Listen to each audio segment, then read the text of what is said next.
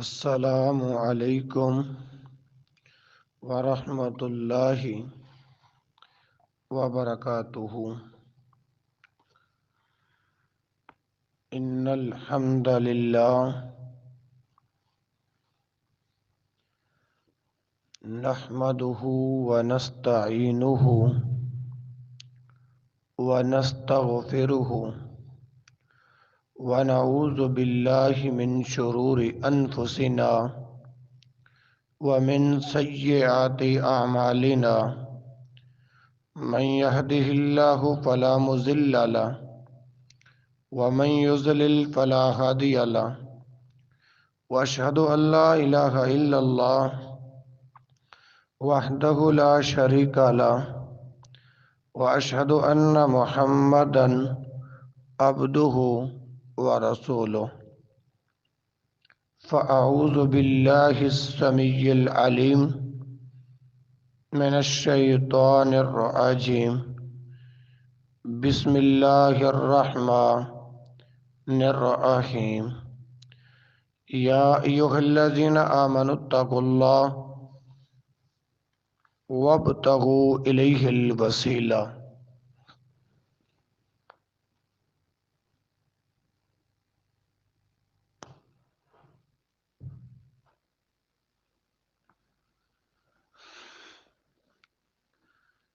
سب تعریفیں اللہ احکم الحاکمین کی ذات بابرکت کے لیے ہیں، جو اس کائنات کے نظام کو چلانے والا ہے۔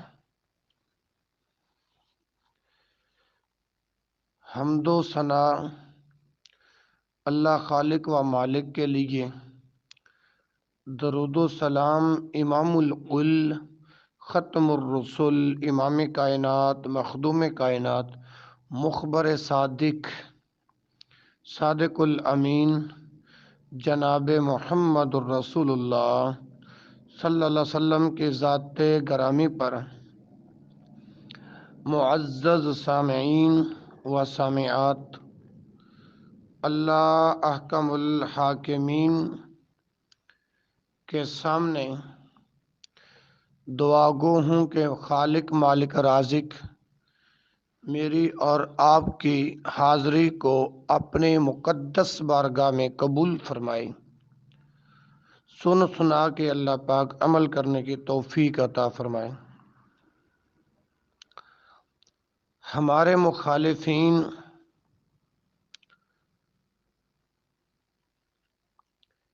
اس موضوع سے متعلق کا جو موضوع میرے ذمے لگایا گیا تھا، وسیلے کے انواع و احکام پر جو اعتراضات ان لوگوں کے ہیں،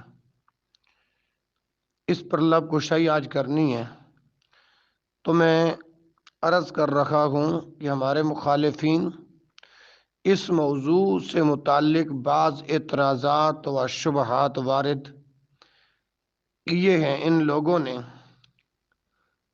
تاکہ لوگوں کو قرآن و سنت سے دور کیا جائے، اپنے غلط رائے کو تقویت پہنچائیں، عوام کو اس کی صحت کا یقین دلائیں اور معاملے کو خلط ملط کر دیں۔ اور یہ بات یاد رکھیں، اللہ کے توفیق سے میں ادنیٰ سا دین کا خادم ہوں۔ میں اس علاقے میں قرآن و سنت پر حملہ کرنے نہیں دوں گا انشاءاللہ، اور میں اللہ کے رحمت سے ان کے تمام اعتراضات کو ایک ایک کر کے ذکر کروں گا، پھر اللہ کے دیے ہوئے علمی انداز میں ان کے جوابات دوں گا، جو کہ انشاءاللہ تسلی بخش ہوں گے۔ اور ایسے جوابات ہوں گے کہ ہر مخلص و منصف شخص کے لیے باعث اطمینان ہوں گے، اور ہر باطل افطرا کی گلئی کھول دیں گے۔ اللہ جل شانہ وحدہ لا شریک سے توفیق کا سوال، اور اسی سے ہم مدد کے خواستگار ہیں۔ پہلا شبہ اور پہلا اعتراض یہ کیا ہے کہ حضرت عمر رضی اللہ تعالی عنہ کی حضرت عباس رضی اللہ عنہ سے بارش کے دعا کی درخواست، یہ لوگ اشخاص کے جگہ، حرمت اور حق کے وسیلے کے جواز کے لیے حضرت انس رضی اللہ تعالیٰ عنہ سے مروی اس حدیث کو بطور حجت پیش کرتے ہیں جو آپ مجھ سے کئی مرتبہ سماعت فرما چکے ہو، اور جس میں یہ مذکور ہے کہ قحط کے زمانے میں حضرت عمر رضی اللہ عنہ بن خطاب حضرت عباس رضی اللہ عنہ بن عبد المطلب سے بارش کی درخواست کرتے اور خود یہ دعا کرتے کہ اے اللہ، ہم پہلے تیرے نبی صلی اللہ علیہ وسلم کا وسیلہ پیش کرتے تھے، تو بارش نازل فرما دیتا تھا، اب ہم تیرے نبی صلی اللہ علیہ وسلم کے چچا کے وسیلے کو پیش کرتے ہیں، پس تو ہمیں بارش عنایت فرما۔ چنانچہ بارش ہو جاتی تھی۔ یہ روایت جو ہے یہ صحیح بخاری میں موجود ہے۔ کہاں پر ہے؟ صحیح بخاری میں۔ اللہ اکبر۔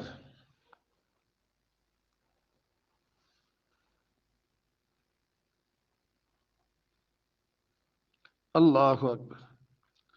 تو یہ لوگ اس حدیث سے یہ سمجھتے ہیں کہ حضرت عمر رضی اللہ عنہ کا وسیلہ حضرت عباس رضی اللہ عنہ کے جگہ اور اللہ تعالیٰ کے ہاں ان کے تقرب کے ساتھ تھا۔ نیز وسیلہ صرف یہ تھا کہ آپ نے دعا میں انہوں نے حضرت عباس رضی اللہ عنہ کا ذکر کر دیا اور اللہ تعالیٰ سے یہ مطالبہ کیا کہ ان کے بدولت بارش نازل فرما دیں۔ صحابہ کرام رضی اللہ عنہم نے بھی آپ کے اس فعل سے اتفاق کیا، لہذا بضع میں خود ان کا مدعا ثابت ہو گیا۔ حضرت عمر رضی اللہ عنہ نے حضرت صلی اللہ علیہ وسلم کے بجائے حضرت عباس رضی اللہ عنہ کا وسیلہ کیوں پیش کیا؟ اس کا سبب یہ لوگ یہ بیان کرتے ہیں تاکہ فاضل کے ہوتے ہوئے مفضول کے ساتھ وسیلے کے جواز کو پیش کیا جا سکے۔ تو پہلی گزارش اتنی ہے، ان کا یہ فہم ناقص اور یہ تفسیر مردود ہے، جس کے کئی وجوہ و اسباب ہیں، جن میں سے چند ایک آپ کی خدمت میں عرض کرتا ہوں۔ اسلامی شریعت کے اہم ترین قواعد و ضوابط میں سے ایک یہ مسلمہ قاعدہ ہے کہ نصوص شرعیہ ایک دوسرے کی توضیح و تشریح کرتے ہیں۔ کسی ایک موضوع کی نص کو دیگر نصوص سے الگ تھلگ کر کے بات کو سمجھنا درست نہیں۔ چنانچہ اس قاعدہ کی روشنی میں حدیث عمر رضی اللہ عنہ کو سمجھنے کے لیے ضروری ہے وسیلہ سے متعلق وارد شدہ تمام آیات و احادیث کو پیش نظر رکھ کر اسے سمجھیں۔ ہم اور ہمارے مخالف اس بات پر متفق ہیں کہ حضرت عمر رضی اللہ عنہ کے کُنّا نتوسل الیک بنبینا وَإِنَّا نَتَوَسَّلُ إِلَيْكَ بِعَمِّ نَبِيِّنَا کے درمیان کچھ کلام محذوف ہے، اور یہ کلام مخالفین کے بقول جگہ اور ہمارے بقول دعا ہیں، تو ان دو میں سے کسی ایک کو تسلیم کیے بغیر چارہ کار نہیں تاکہ کلام کو وضاحت کے ساتھ سمجھا جا سکے۔ لیکن ان دو میں سے ہم کسے صحیح تسلیم کرتے ہیں، اس کے لیے ہمیں سنت کی طرف رجوع کرنا پڑے گا اور یہ دیکھنا پڑے گا کہ صحابہ کرام رضی اللہ عنہ حضرت صلی اللہ علیہ وسلم کے ذات اقدس کے ساتھ کیسے وسیلہ پکڑا کرتے تھے۔ گویا ہمیں معلوم یہ کرنا ہے کہ قحط سالی کے ایام اور بارش نہ ہونے کے دنوں میں صحابہ کرام رضی اللہ عنہم کا کیا یہ معمول تھا کہ وہ اپنے اپنے گھروں میں بیٹھ کر یا کسی دوسری جگہ جمع ہو کر حضرت صلی اللہ علیہ وسلم ان کے پاس تشریف فرما نہ ہوں اور یہ دعا کرتے تھے، اے اللہ، ہم تیرے نبی محمد صلی اللہ علیہ وسلم کی حرمت اور ان کے مقام رفعت کا واسطہ دے کر عرض کرتے ہیں کہ بارش نازل فرما، یا حضرات صحابہ کرام رضی اللہ عنہم کا معمول یہ تھا کہ وہ حضور اقدس صلی اللہ علیہ وسلم کی خدمت اقدس میں حاضر ہو کر یہ درخواست کرتے کہ آپ دعا فرمائیں۔ آپ دعا فرماتے اور اللہ تعالیٰ بارش نازل فرما دیتے ہیں صلی اللہ علیہ وآلہ وسلم۔ ان میں سے پہلے احتمال کا سنت نبویہ صلی اللہ علیہ وسلم اور عمل صحابہ رضی اللہ عنہم سے قطعاً کوئی ثبوت نہیں ملتا، اور ہمارے مخالفین میں سے کوئی بھی اس قسم کی کوئی دلیل پیش نہیں کر سکتا کہ صحابہ کرام رضی اللہ عنہم نے اپنے دعاؤں میں حضرت صلی اللہ علیہ وسلم کا اسم گرامی ذکر کیا اور پھر آپ صلی اللہ علیہ وسلم کے حق اور قدر و منزلت کے وسیلے سے حسب منشا دعا کی ہو، بلکہ جسے ہم بکثرت پاتے ہیں اور جس سے کتب سنت بھری پڑی ہیں وہ امر ثانی ہے، یعنی صحابہ کرام رضی اللہ عنہم کے وسیلے کا طریقہ یہ تھا کہ جب کوئی ضرورت پیش آتی یا کوئی مصیبت نازل ہوتی تو وہ بارگاہ نبوت میں حاضری دیتے اور حضور سرور کائنات صلی اللہ علیہ وسلم سے یہ درخواست کرتے کہ آپ اللہ تعالیٰ سے دعا فرمائیں، یعنی حضرات صحابہ کرام رضی اللہ عنہم اور حضور سرور کائنات صلی اللہ علیہ وسلم کے دعا کے ساتھ اللہ تعالیٰ کے حضور وسیلہ پیش کرتے تھے، اور اسی طرف ارشاد باری تعالیٰ نے رہنمائی کی تھی جو سورۃ النساء کی آیت نمبر 64 میں ہے۔ وَلَوْ أَنَّهُمْ إِذْ ظَلَمُوا أَنفُسَهُمْ جَاءُوكَ فَاسْتَغْفَرُوا اللَّهَ وَاسْتَغْفَرَ لَهُمُ الرَّسُولُ لَوَجَدُوا اللَّهَ تَوَّابًا رَحِيمًا۔ اور یہ لوگ جب اپنے حق میں ظلم کر بیٹھتے ہیں، اگر تمہارے پاس آتے اور اللہ سے بخشش مانگتے اور رسول بھی ان کے لیے بخشش طلب کرتے تو اللہ تعالیٰ معاف کرنے والا اور مہربان پاتے۔ اسی طرح اس کی مثال حضرت انس رضی اللہ عنہ سے مروی وہ روایت بھی ہے جو آپ کئی مرتبہ پہلے سن چکے، جس میں مذکور ہے کہ جمعۃ المبارک کے دن ایک اعرابی مسجد نبوی صلی اللہ علیہ وسلم میں آیا، جبکہ حضور سرور کائنات صلی اللہ علیہ وسلم خطبہ ارشاد فرما رہے تھے۔ اس شخص نے تنگی احوال، خشک سالی اور مال مویشی کی ہلاکت کا ذکر کر کے درخواست کی کہ آپ صلی اللہ علیہ وسلم دعا فرمائیں تاکہ اللہ تعالیٰ نجات کا سامان مہیا فرما دیں۔ چنانچہ آپ صلی اللہ علیہ وسلم نے جن کی شان میں اللہ تعالیٰ نے فرمایا لَقَدْ جَاءَكُمْ رَسُولٌ مِّنْ أَنفُسِكُمْ عَزِيزٌ عَلَيْهِ مَا عَنِتُّمْ حَرِيصٌ عَلَيْكُمْ بِالْمُؤْمِنِينَ رَءُوفٌ رَحِيمٌ۔ سورۃ التوبہ کی آیت نمبر 128۔ لوگوں، تمہارے پاس تم ہی میں سے ایک پیغمبر آئے ہیں، تمہاری تکلیف ان پر گراں معلوم ہوتی ہے اور تمہاری بھلائی کے بہت خواہش مند ہیں اور مومنوں پر نہایت شفقت کرنے والے اور مہربان ہیں۔ فوراً اپنے اللہ تعالیٰ سے دعا مانگنے کے لیے ہاتھ اٹھا دیے۔ اللہ تعالیٰ نے اپنے نبی صلی اللہ علیہ وسلم کے دعا کو شرف قبولیت سے نوازا، اپنے بندوں پر رحم فرمایا، بران رحمت نازل فرمائی اور مردہ و تباہ حال شہر کو زندگی و شادابی بخش دی۔ دوسرے جمعہ میں بھی حضور سرور کائنات صلی اللہ علیہ وسلم خطبہ ارشاد فرما رہے تھے کہ یہی اعرابی یا کوئی دوسرا آیا اور راستوں کے منقطع ہونے، مکانوں کے گرنے، مال و مویشی کی ہلاکت کا ذکر کر کے عرض کرنے لگا کہ آپ صلی اللہ علیہ وسلم دعا فرمائیے کہ اللہ تعالیٰ بارش کو روک دیں۔ چنانچہ آپ صلی اللہ علیہ وسلم نے دعا فرمائی، اللہ تعالیٰ نے اسے بھی شرف پذیرائی بخشی۔ سیدہ عائشہ رضی اللہ عنہ سے روایت ہے کہ لوگوں نے سرکار دو جہاں صلی اللہ علیہ وسلم کی خدمت اقدس میں قحط سالی کی شکایت کی تو آپ صلی اللہ علیہ وسلم نے عیدگاہ میں ممبر رکھنے کا حکم دیا اور ایک دن مقرر فرما دیا تاکہ سب لوگ وہاں حاضر ہوں۔ سورج طلوع ہونے کے بعد آپ صلی اللہ علیہ وسلم وہاں تشریف لائے اور ممبر پر جلوہ افروز ہو کر اللہ تعالیٰ کی تکبیر و تحمید کے بعد ارشاد فرمانے لگے کہ تم نے اپنے علاقوں کی قحط سالی اور عرصہ دراز سے بارش نہ ہونے کا شکوہ کیا ہے۔ اللہ تعالیٰ نے تمہیں حکم دیا کہ تم اس سے دعا کرو اور اور اس نے تم سے وعدہ کیا ہے، یعنی تم اپنے علاقوں کی قحط سالی اور عرصہ دراز سے بارش نہ ہونے کا شکوہ کیا ہے۔ ٹھیک ہے نا جی؟ اللہ اکبر۔ اللہ تعالیٰ نے تمہیں حکم دیا کہ تم اس سے دعا کرو اور اس نے تم سے وعدہ فرمایا کہ وہ تمہاری دعا کو قبول فرمائے گا۔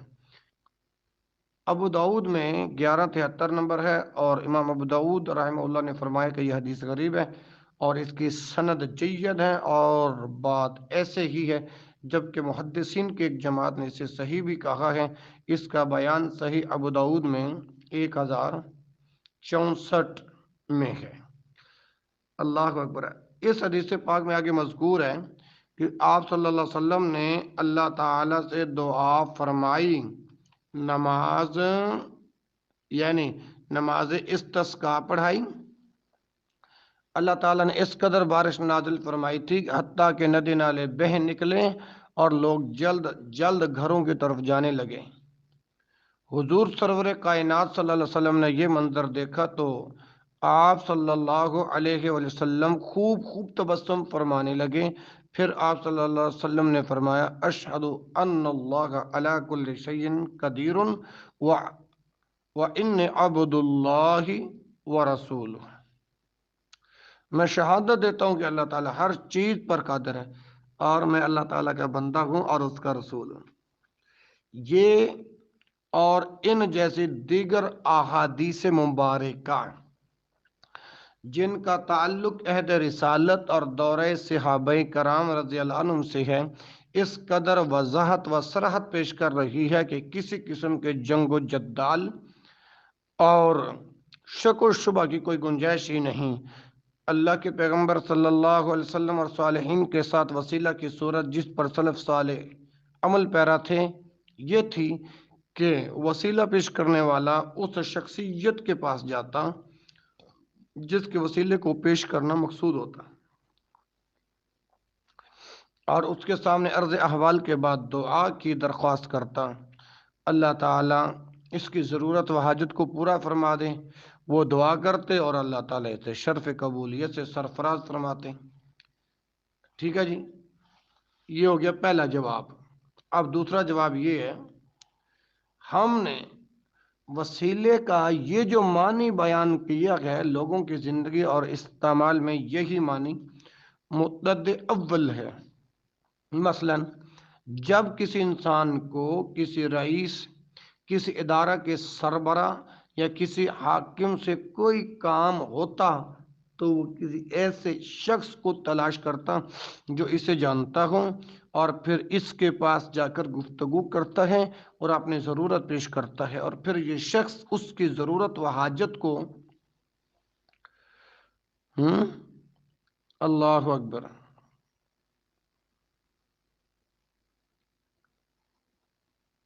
یعنی کسی ادارے کے سربراہ یا کسی حاکم سے کوئی کام ہوتا تو وہ کسی ایسے شخص کو تلاش کرتا جو اسے جانتا ہو اور پھر اس کے پاس جا کر گفتگو کرتا ہے، اپنی ضرورت پیش کرتا ہے، اور پھر یہ شخص اس کی ضرورت و حاجت کو رئیس، سربراہ یا حاکم وغیرہ کے سامنے پیش کرتا ہے، جو اکثر و بیشتر اسے پورا کر دیتا ہے۔ پس یہی ہے وسیلہ کی وہ صورت جو زمانے قدیم سے آج تک عربوں کے ہاں معروف ہے۔ یعنی جب کوئی یہ کہے کہ میں نے فلاں شخص کی خدمت میں وسیلہ پیش کیا ہے تو اس کے معنی یہ ہوتے ہیں کہ اس نے کسی دوسرے انسان سے بات کی ہے تاکہ وہ اس کی ضرورت و حاجت کے بارے میں پہلے شخص سے گفتگو کرے۔ اس سے یہ کوئی ہرگز نہیں سمجھتا کہ اس کے معنی یہ ہیں کہ اس نے پہلے شخص کے پاس جا کر یہ کہا ہے کہ فلاں انسان کا تم پر جو حق ہے اور اس کا تمہارے پاس جو مقام و مرتبہ ہے، اس کے وسیلے سے کہتا ہوں کہ میرا کام کر دو۔ سمجھ آ رہی ہے نا محترم؟ اسی طرح جب اللہ عز و جل کی خدمت میں کسی نیک انسان کا وسیلہ پیش کرتے ہیں تو اس کے یہ معنی نہیں کہ ہم اس نیک انسان کی ذات، جگہ اور حق کا وسیلہ پیش کرتے ہیں، بلکہ اس کی دعا اللہ تعالیٰ کی طرف تضرع اور ان کی اللہ تعالیٰ سے فریاد رسی کو بطور وسیلہ پیش کرتے ہیں۔ اور یہی معنی ہے حضرت عمر رضی اللہ عنہ کے اس قول اللہم انا کننا نتوسل الیک بنبینا فتسقینا، کہ اے اللہ جب بارش نہ ہوتی تھی تو ہم اللہ کے پیغمبر صلی اللہ علیہ وسلم کے خدمت اقدس میں حاضر ہو کر دعا کی درخواست کرتے، آپ صلی اللہ علیہ وسلم دعا فرماتے اور اے اللہ تو ہمیں بارش عطا کر، تو اللہ پاک بارش عطا کر دیتا۔ تیسرا جواب، اس کی مزید تاکید و تشریح حضرت عمر رضی اللہ عنہ کے کلام کے اس جملے سے بھی ہوتی ہے وَإِنَّا نَتَوَسَّلُ إِلَيْكَ بِأَمِّ نَبِيِّنَا فَاسْقِنَا، یعنی اب ہم اللہ کے نبی صلی اللہ علیہ وسلم کی وفات کے بعد آپ صلی اللہ علیہ وسلم کے چچا حضرت عباس رضی اللہ عنہ سے دعا کا مطالبہ کر رہی ہے تاکہ اے اللہ تو بارش نازل فرما دے۔ غور فرمائیے کہ حضرت عمر رضی اللہ عنہ نے اللہ کے پیغمبر صلی اللہ علیہ وسلم کے وسیلے کے بجائے حضرت عباس رضی اللہ عنہ کے وسیلے کو کیوں اختیار فرمایا؟ حالانکہ انہیں معلوم تھا کہ حضرت عباس رضی اللہ عنہ کا شان و مقام خواہ کتنا ہی بلند کیوں نہ ہو، لیکن اسے حضور سرور کائنات صلی اللہ علیہ وسلم کے شان و مقام سے کوئی نسبت نہیں ہے۔ اس سلسلہ میں ہماری رائے یہ ہے کہ حضرت عمر رضی اللہ عنہ نے یہ اس لیے کیا کیونکہ آپ صلی اللہ علیہ وسلم کی وفات کے بعد آپ کے ساتھ وسیلہ پیش کرنا ناممکن تھا۔ یہ کیسے ممکن تھا کہ آپ صلی اللہ علیہ وسلم کے رفیق اعلیٰ کی طرف انتقال کے بعد وہ آپ صلی اللہ علیہ وسلم کے پاس جا کر عرض احوال کرتے ہیں، دعا کا مطالبہ کرتے ہیں اور آپ صلی اللہ علیہ وسلم کے دعا پر آپ صلی اللہ علیہ وسلم کے دعا پر آمین کہتے ہیں، کیونکہ اب آپ صلی اللہ علیہ وسلم ایک ایسے مقام پر منتقل ہو چکے ہیں جن کے حالات دنیا کے احوال و ظروف سے مختلف ہیں اور جن کی کیفیت و حقیقت اللہ سبحانہ و تعالیٰ کے سوا کوئی نہیں جانتا۔ تو یہ کیسے ممکن تھا کہ وہ آپ صلی اللہ علیہ وسلم سے دعا اور شفاعت کا مطالبہ کرتے ہیں؟ کیونکہ ارشاد ربانی ہے سورۃ المومنون کے اندر وَمِن وَرَائِهِمْ برزخ الی یوم یبعثون، اور اس کے پیچھے برزخ ہیں جہاں وہ اس دن تک کہ وہ دوبارہ اٹھائے جائیں گے رہیں گے۔ اسی وجہ سے حضرت عمر رضی اللہ عنہ نے، جو کہ خالصتاً عربی تھے، شرف صحبت سے مشرف تھے، اکثر حالات میں آپ صلی اللہ علیہ وسلم کے ساتھ رہے، معرفت نبوت سے بہرہ تھے، دین کا مکمل فہم رکھتے تھے، اور قرآن مجید متعدد بار آپ کی موافقت میں نازل ہوا، وسیلے کا وہ ذریعہ اختیار کیا جو کہ ممکن تھا، یعنی انہوں نے حضرت عباس رضی اللہ عنہ کا انتخاب کیا، جو کہ ایک طرف کے اعتبار سے